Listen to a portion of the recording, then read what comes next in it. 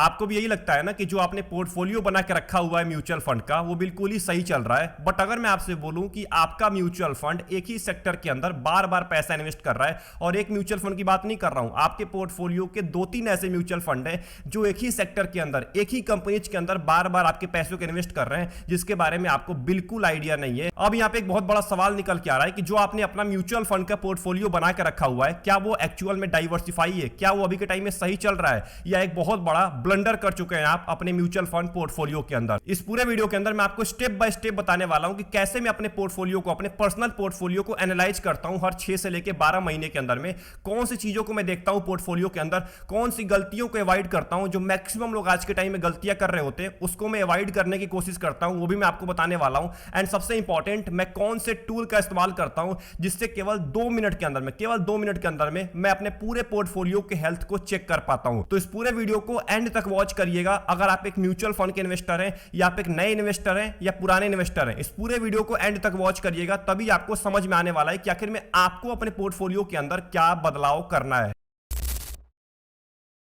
तो पहले हम ये समझ लेते हैं कि पोर्टफोलियो एनालिसिस क्यों इतना जरूरी होता है। उससे पहले हमें समझना पड़ेगा कि पोर्टफोलियो एनालिसिस का मतलब क्या होता है, इसका मोटिव क्या होता है। इसका सिंपल मोटिव होता है कि आपका पैसा कहां पे लगा हुआ है, और जो पैसा लगा हुआ है ना कहीं पे म्यूचुअल फंड के अंदर, स्टॉक्स के अंदर, वो सही डायरेक्शन में जा रहा है कि नहीं जा रहा है। ये सिंपल मतलब होता है पोर्टफोलियो एनालिसिस का।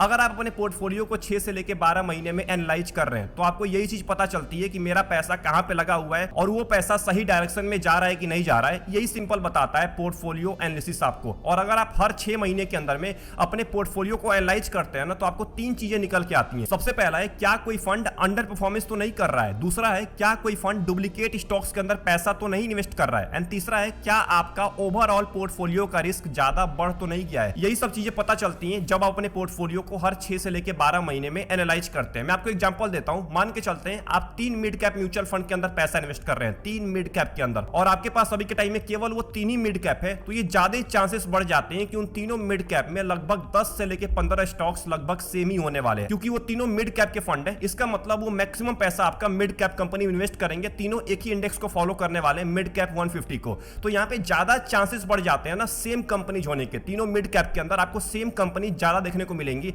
अब इससे ओवरलैपिंग ज्यादा बढ़ जाता है। आज के टाइम में 90% ऐसे इन्वेस्टर हैं जो इसको डाइवर्सिफिकेशन बोलते हैं। मतलब वो सोचते हैं ना कि मैं 3 मिड कैप के अंदर पैसा इन्वेस्ट कर रहा हूं, तो मैंने पोर्टफोलियो को डाइवर्सिफाई कर दिया है, जो कि सबसे बड़ी बेवकूफी होती है। इससे ओवरलैप और ज्यादा बढ़ जाता है, पोर्टफोलियो का रिस्क और ज्यादा बढ़ जाता है, गिरावट और ज्यादा बढ़ जाता है पोर्टफोलियो का। तो अब मैं बात करता हूं सबसे इंपॉर्टेंट मुद्दे के बारे में कि आखिर में मैं कैसे अपने पोर्टफोलियो को एनालाइज करता हूं। अब मैं आपको स्टेप बाय स्टेप प्रोसेस बताने वाला हूं। कुछ स्टेप्स हैं जिसको आपको जरूर फॉलो करना है अपने पोर्टफोलियो के अंदर। अगर आप ये चीजें फॉलो नहीं करते तो एक बात का ध्यान रखिएगा, हो सकता है आपका गोल कभी कंप्लीट ना हो पाए, आपका पोर्टफोलियो किसी अलग ही डायरेक्शन में जा रहा है और आपको पता भी नहीं चल रहा है। तो पहला स्टेप है, अपने फंड कैटेगरी को आइडेंटिफाई करिए। सबसे पहले आपको बैठ के अपने फंड को देखना है, अपने पोर्टफोलियो को ध्यान से देखना है कि आप कहां पे पैसा इन्वेस्ट कर रहे हैं, कौन से कैटेगरी के अंदर पैसा इन्वेस्ट कर रहे हैं। लार्ज कैप के अंदर, मिड कैप के अंदर, स्मॉल कैप के अंदर, flexi cap, multi cap, value funds, कौन से फंड्स के अंदर आप अभी के टाइम में पैसा इन्वेस्ट कर रहे हैं। सबसे पहले आप बैठ के देखिए, और उसके बाद आपको यह देखना है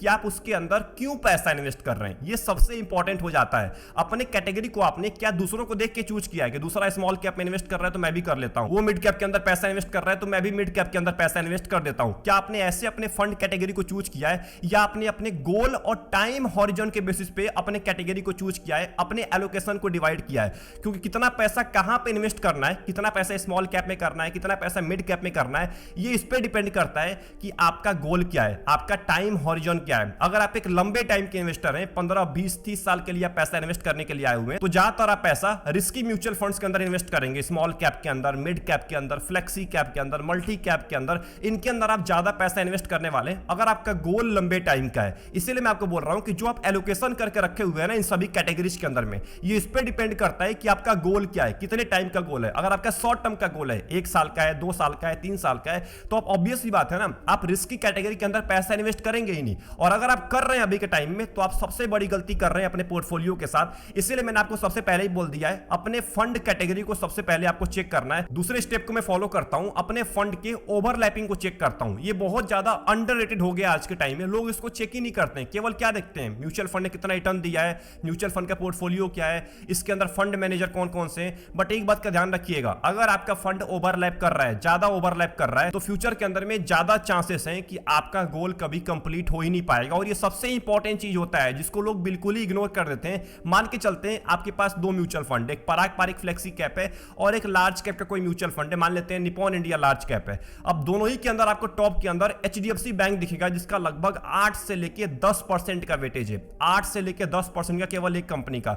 अब एक बात बताइए, अगर फ्यूचर के अंदर में एचडीएफसी बैंक में एक भारी गिरावट आती है तो दोनों ही फंड नीचे गिरने वाले हैं, दोनों ही फंड के ऊपर एक भारी इंपैक्ट पड़ने वाला है। इसीलिए यहां पे ओवरलैपिंग चेक करना बहुत ज्यादा जरूरी हो जाता है कि क्या आपके अलग अलग म्यूचुअल फंड्स के अंदर सेम कंपनीज तो नहीं है। अगर सेम कंपनीज है, अगर वो कंपनी नीचे गिरती है तो आपका दोनों के दोनों, तीनों के तीनों फंड साथ में नीचे गिरने वाले हैं। और यहां पे पूरी तरीके से डाइवर्सिफिकेशन खत्म हो जाता है, क्योंकि डाइवर्सिफिकेशन का एक ही मतलब होता है ना कि अगर एक फंड नीचे गिर रहा है, दूसरा फंड मेरे को बचा के रखे, दूसरा फंड मेरे पोर्टफोलियो को बचा रखे। एग्जांपल दे रहा हूं, अगर आपने पराग पारिक फ्लेक्सी कैप को लेकर रखा हुआ है और एक आपने किसी स्मॉल कैप को लेकर रखा हुआ है, तो स्मॉल कैप में अगर गिरावट आती भी है ना, तो पराग पारिक फ्लेक्सी कैप आपके पोर्टफोलियो को बचा के रखता है। तो ऐसा कॉम्बिनेशन ना आपके पोर्टफोलियो को और ज्यादा किलर बनाता है। अब इसी के लिए मैं एक इंपॉर्टेंट टूल को यूज करता हूं जिसका नाम है रूपीजी, जिसको मैं बहुत पहले से यूज करता हूं अपने पोर्टफोलियो को देखने के लिए कि कितना ओवरलैपिंग है मेरे पोर्टफोलियो के अंदर। सिंपल आपको रूपीजी ऐप को डाउनलोड करना है, डिस्क्रिप्शन में लिंक मिल जाएगा, और सिंपल अपने पोर्टफोलियो को यहां पे लिंक करना है। पोर्टफोलियो लिंक करने के बाद आप आसानी से चेक कर पाएंगे आपके पोर्टफोलियो में ओवरलैपिंग कितना है, आखिर में आपके म्यूचुअल फंड में कितने परसेंट स्टॉक सेम है। मान के चलते हैं आपके पास केवल दो म्यूचुअल फंड है, तो दोनों म्यूचुअल फंड के अंदर कितने परसेंट स्टॉक सेम है। अगर आपके पास 40% स्टॉक सेम है तो यहां पे रूपीजी आपको साफ साफ बता देगा कि भाई साहब आपके दोनों म्यूचुअल फंड के अंदर 40% स्टॉक सेम है। अब आपको आइडिया लग जाएगा कि आखिर में कौन से 40% स्टॉक है जिसमें मेरा पैसा बार बार इन्वेस्ट किया जा रहा है दोनों ही म्यूचुअल फंड के थ्रू। अब यहां पे नुकसान क्या होता है, अगर 40% यानी कि 50% लगभग आपका स्टॉक सेम है ना, तो लगभग आधा पैसा आपका एक ही कंपनी के अंदर बार बार आपका इन्वेस्ट किया जा रहा है, बट आपको पता भी नहीं चल रहा है। एंड सबसे इंपॉर्टेंट, एक मेरे को बहुत ही इंपॉर्टेंट टूल लगता है जो कि मेरा सबसे फेवरेट है, जिसका नाम है स्मार्ट एक्सप्लोर टूल। अब देखिए क्या होता है ना, बहुत सारे इन्वेस्टर्स एक म्यूचुअल फंड की बहुत ज्यादा तलाश कर रहे होते हैं जो ज्यादा रिटर्न दे लंबे टाइम के अंदर में, एंड उसके अंदर रिस्क भी कम हो। ये बहुत ही रेयर म्यूचुअल फंड्स होते हैं, मतलब जिसके अंदर रिटर्न भी बहुत ज्यादा हो लंबे टाइम में एंड रिस्क भी बहुत कम हो, गिरता भी कम हो म्यूचुअल फंड। ऐसे म्यूचुअल फंड की सभी लोगों की तलाश होती है, बट स्मार्ट एक्सप्लोर टूल को आप यूज करके केवल एक टैब के अंदर पता लगा सकते हैं कि वो कौन सा म्यूचुअल फंड है जो हाई रिटर्न देने का पोटेंशियल भी रखता है और जिसके अंदर रिस्क भी कम है, जो मेरा सबसे फेवरेट टूल है। अगर आपको इन चीजों को यूज करना है, अगर आपको चेक करना है कि आपके पोर्टफोलियो में ओवरलैपिंग कितना है केवल 1 मिनट के अंदर में, तो आपको डिस्क्रिप्शन में लिंक मिल जाएगा। टूल को अभी के अभी डाउनलोड करिए और डाउनलोड करने के बाद बताइए कि आपके पोर्टफोलियो में कितने परसेंट ओवरलैपिंग है, कितने परसेंट स्टॉक सेम है। तो यहां तक तो हमने बात कर लिया कुछ बेसिक चीजों के बारे में कि आपको अपने कैटेगरी के बारे में आइडिया लग गया कि आप कौन से कैटेगरी के अंदर पैसा इन्वेस्ट कर रहे हैं, क्या आपका जो एलोकेशन है उस कैटेगरी के अंदर, अगर आप स्मॉल कैप के अंदर 50% पैसा इन्वेस्ट कर रहे हैं तो क्यों इन्वेस्ट कर रहे हैं, आपका गोल क्या है, आपका एलोकेशन क्या है, ये आपने पता कर लिया। और अगर आपने कैटेगरी पता कर लिया तो आपने उसके बाद ये भी पता कर लिया कि क्या उन कैटेगरी के अंदर ओवरलैपिंग तो नहीं है। अगर आप दो स्मॉल कैप के अंदर या स्मॉल कैप मिड कैप के अंदर पैसा इन्वेस्ट कर रहे हैं तो कहीं सेम कंपनीज तो नहीं है, ये आपने पता कर लिया है ओवरलैपिंग के थ्रू। मैंने आपको टूल का नाम भी बता दिया है। अब आते हैं अपने अगले स्टेप के ऊपर जिसका नाम है फंड परफॉर्मेंस। अब आपको अपने फंड के परफॉर्मेंस को चेक करना है कि आखिर में जिस फंड के अंदर आप पैसा इन्वेस्ट कर रहे हैं वो पिछले 5 साल के अंदर में, 10 साल के अंदर में कैसा परफॉर्मेंस दिया है। क्या वो अपने बेंचमार्क कैटेगरी एवरेज को बीट कर पा रहा है, क्या उसने लगातार 5 साल 10 साल के अंदर में अपने बेंचमार्क को बीट किया है, या केवल पिछले 1-2 साल से ही बेंचमार्क को बीट कर रहा है, उससे पहले उसका परफॉर्मेंस ना के बराबर था। ये सब चीजें आपको फंड परफॉर्मेंस के अंदर देखना है। इसके अंदर सबसे पहले आता है रिटर्न। आपको रिटर्न चेक करना होता है कि उस फंड ने कैसा रिटर्न दिया है पिछले 10 साल 12 साल के अंदर में।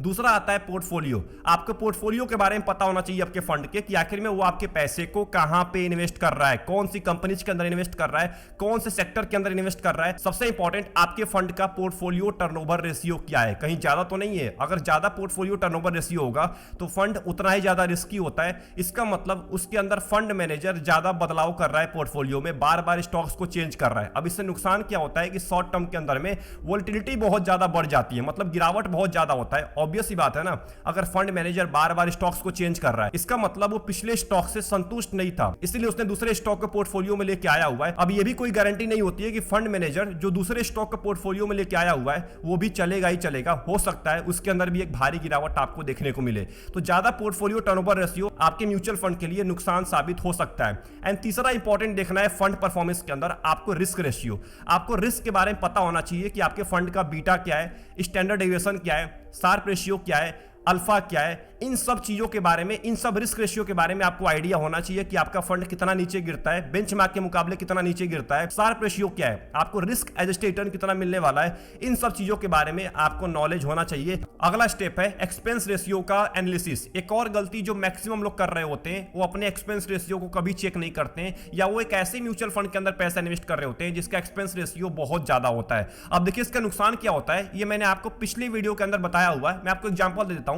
मान के चलते हैं आप अगले 20 साल के लिए 10,000 रुपए इन्वेस्ट करते हैं और उसको आप हर साल 10% से बढ़ा रहे हैं और उसके ऊपर आपको 12% का रिटर्न मिलता है, तो आपका टोटल कॉर्पस क्रिएट होता है 1.9 करोड़ का। इतना अप्रोक्सीमेटली आपका कॉर्पस क्रिएट हो जाता है। बट अगर हम इसके अंदर 1% का एक्सपेंस रेशियो ऐड करते हैं, इसका मतलब रिटर्न आपका घट के 12% से हो जाता है 11% का, क्योंकि 1% का एक्सपेंस रेशियो है। अब आपका टोटल कॉर्पस जो 1.9 करोड़ का था वो 1% कम करने से 1.7 करोड़ का हो जाता है, यानी कि लगभग 20 लाख रुपए साफ हो जाते हैं केवल 1% एक्सपेंस रेशियो की वजह से। इसीलिए मैं आपको बार-बार बोलता हूं कि फंड के परफॉर्मेंस को चेक करिए, फंड कैसा परफॉर्मेंस दे रहा है। इसीलिए मैंने एक्सपेंस रेशियो से ऊपर रखा था फंड परफॉर्मेंस को, कि सबसे पहले आप फंड परफॉर्मेंस चेक करिए कि मेरा फंड कैसा परफॉर्मेंस दे रहा है, उसके बाद आपको उसके एक्सपेंस रेशियो को देखना है। क्या आपके फंड का जो परफॉर्मेंस है वो उसके एक्सपेंस रेशियो से मैच कर रहा है, क्या वो अच्छा परफॉर्मेंस दे रहा है। अगर अच्छा परफॉर्मेंस दे रहा है आपका म्यूचुअल फंड, बहुत ही बढ़िया परफॉर्मेंस दे रहा है, तो एक्सपेंस रेशियो अगर ज्यादा भी देना पड़ रहा है तो कोई दिक्कत नहीं है, क्योंकि परफॉर्मेंस बढ़िया दे रहा है।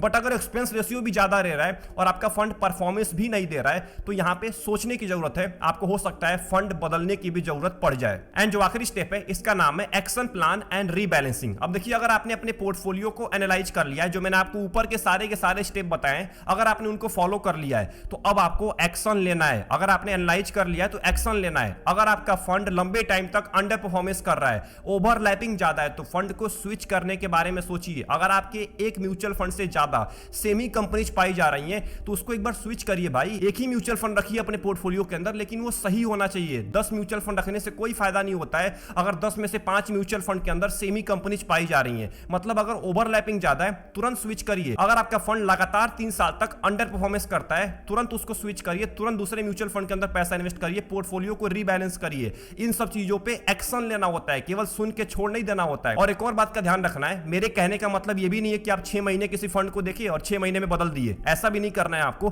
कम से कम अगर आपको अंडर परफॉर्मेंस देखना है तो 3 साल तक देखिए। 3 साल तक लगातार अगर आपका फंड अंडर परफॉर्मेंस कर रहा है, अपने बेंचमार्क को बीट नहीं कर पा रहा है, तब आप बदलने के बारे में सोचिए। 6 महीने, 1 साल का, 2 साल का परफॉर्मेंस किसी भी फंड को जस्टिफाई नहीं करता है। कम से कम आपको 3 साल बैठ के देखना है। बट अगर सेम कंपनीज पाई जा रही हैं अलग अलग म्यूचुअल फंड के अंदर, तो उसको आप अभी बदलिए, अभी स्विच करने के बारे में सोचिए। नहीं तो अगर उन कंपनीज के अंदर गिरावट होती है तो इन सभी के सभी म्यूचुअल फंड के अंदर साथ में आपको गिरावट देखने को मिलेगा। तो ये कुछ इंपॉर्टेंट स्टेप्स थे जो मैं फॉलो करता हूं अपने पोर्टफोलियो को एनालाइज करने के लिए। आई होप आपको पसंद आया होगा। अगर आपको ये एनालिसिस पसंद आया तो वीडियो को लाइक कर दीजिएगा एंड चैनल को जरूर सब्सक्राइब कर लीजिएगा। आप अपने पोर्टफोलियो को कैसे एनालाइज करते हैं कमेंट में टाइप करना मत भूलिएगा। एंड सबसे इंपॉर्टेंट, अपने पोर्टफोलियो के हेल्थ को चेक करने के लिए केवल 2 मिनट के अंदर में डिस्क्रिप्शन में आपको मैंने टूल दे दिया है, उसको डाउनलोड करना मत भूलिएगा। मिलते हैं नेक्स्ट इंपॉर्टेंट वीडियो के अंदर। अपना ध्यान रखिए। Best of luck, take care.